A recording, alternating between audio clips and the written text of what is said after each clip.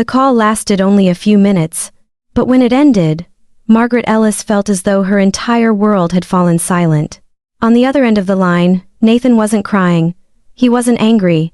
His voice was so quiet it almost seemed to disappear into the air. "Mom, maybe you shouldn't come to the wedding." Margaret stood motionless by the window. The distant mountains stretched across the horizon beneath the fading glow of the evening sun. For years, she had faced multi-million-dollar negotiations without hesitation, yet a single sentence from her son was enough to leave a weight on her heart. She didn't answer right away. Nathan rushed to explain.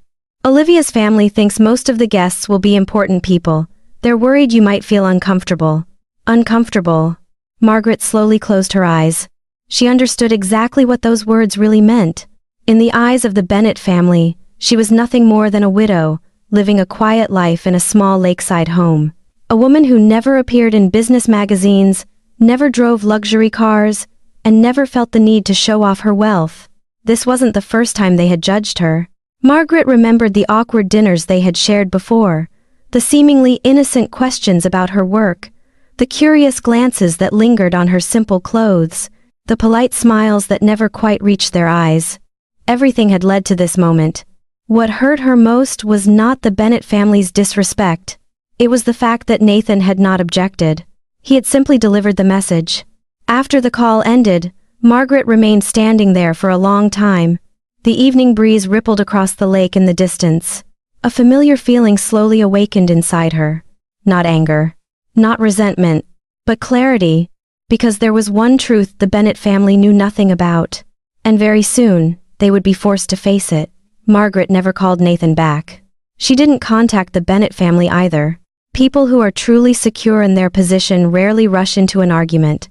Instead, the following morning, she called her attorney. The conversation was brief. After listening to the entire situation, the attorney remained silent for a few moments before asking a single question. "How would you like to handle this?" Margaret looked at an old file resting on her desk. A faint smile crossed her lips. "I don't want to handle anyone. I simply want the truth to appear at the right moment."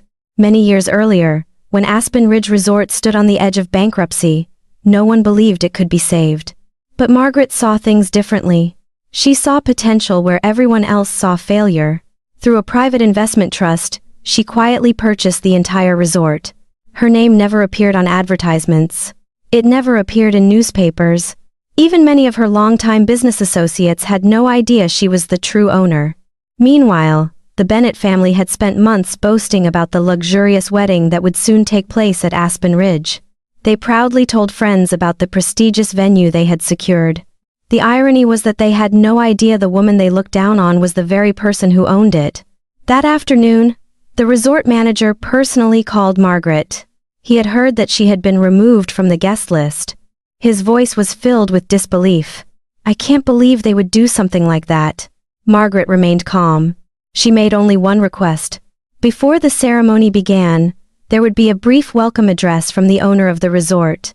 No further explanation, no disclosure of the owner's identity. The request was approved immediately.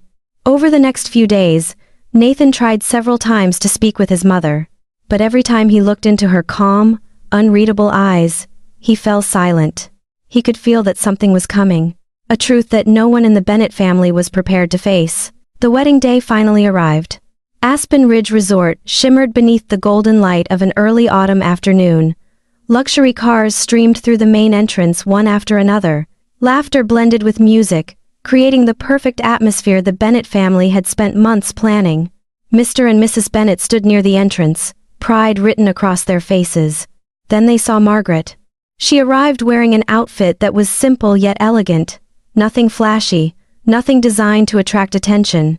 But what surprised everyone was the reaction of the resort staff. The resort manager immediately walked over to greet her with unmistakable respect.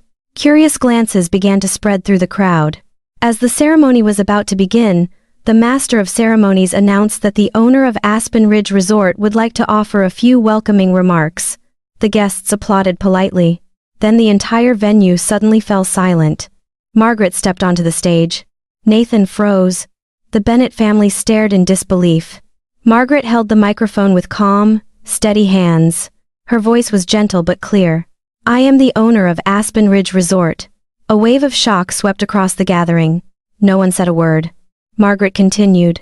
What makes this particularly interesting is that just a few days ago, I was informed that I was not considered suitable to attend a wedding taking place on my own property. Whispers immediately spread from table to table. The color drained from the Bennett family's faces. Nathan lowered his head. For the first time, he truly understood the cost of silence. Margaret did not criticize anyone. She did not attack anyone. She did not try to humiliate anyone. She simply placed the microphone back on its stand. Before leaving, she looked at her son one last time. There was no anger in her eyes. Only disappointment, and a lesson he would carry for the rest of his life. Because sometimes, the greatest thing a person can lose is not money or status. It is the respect of the people who love them most. Sometimes, the most powerful response isn't anger, revenge, or a long argument. Sometimes, it's simply letting the truth speak for itself. Margaret didn't lose her dignity that day. She proved that real worth doesn't come from status, wealth, or other people's approval. If this story touched you, don't forget to like, subscribe, and turn on notifications for more emotional family stories with powerful life lessons. And tell us in the comments, would you forgive Nathan?